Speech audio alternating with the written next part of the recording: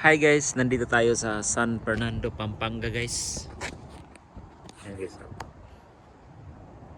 Grabe ang ganda ng lugar dito guys.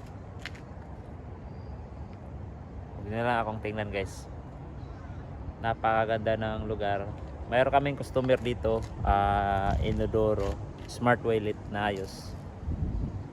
So, dito sa bahay na yan guys. So.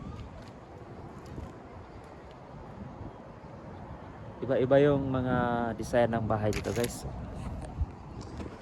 Napakaganda ng lugar. Yan o.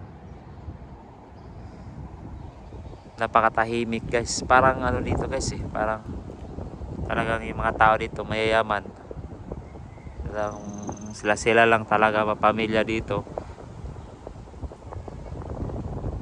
Kung titira tayo dito guys, siguro napakalungkot pala pag tumira sa mga ganitong lugar.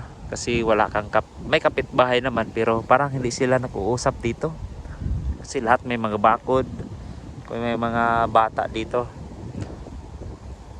Ganyan siguro yung mga mangyayari. Yung mga anak mo maglalaro dyan. Pwede rin magtakbo-takbo, magbike-bike, safe naman. Pero wala silang kalaro na bata siguro din na kasi halos hindi naman siguro magkakilala yung mga tao dito guys. Ito yung service namin guys. Galing pa kami sa Makati. So ito yung trabaho ko pala guys, mag-travel sa mga customer service kasi kami guys eh. Ayun.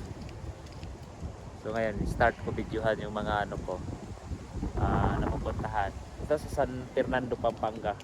Yun, may SM doon. SM San Fernando. Ayan guys, yan lamang guys. Nakita ko lang sa inyo yung ganda ng village na to. Napakaluwag pa ng pwede ba siguro dyan ng bahay gawa ng bahay dito sa na to, Lote. Ito malawak pa guys marami pa siyang bakante dito. Baka gusto niyo bumili kung mayroon kayong milyon-milyon. Ganda ng mga bahay. Maliwalas yung lugar. Parang nasa ibang bansa ka guys